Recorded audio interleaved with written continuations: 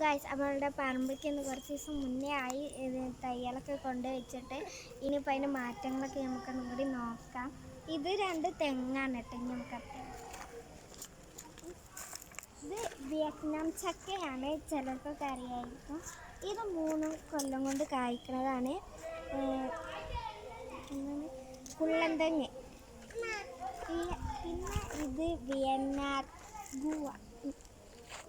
പിന്നെ ഇത് നമ്മളുടെ സ്വന്തം തായ്ലൻഡ് മാംഗോ, കണ്ണിമാങ്ങ ഒക്കെ പോലെ ഇരിക്കണേ. ഇനി ഇതിന് ഷേപ്പൊക്കെ കണ്ടേ നമ്മളുടെ ചൈനയിലുള്ള മാങ്ങകളൊക്കെ പോലെ തോന്നുന്നുണ്ട് എനിക്കിപ്പോൾ. പിന്നെ ഇത് നമ്മുടെ സപ്പോട്ട കേട്ടോ. ഇതിവിടെയൊക്കെ ഇതുണ്ടായി വരുന്നുണ്ട് കണ്ടോ.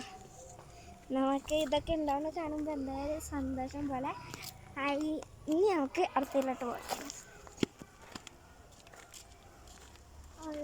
ശരി, പിന്നെയെന്ന് വെച്ചാൽ എൻ്റെ ഫേവറേറ്റ് ആയിട്ടുള്ള റംബൂട്ടാനുണ്ട് ഇവിടെ.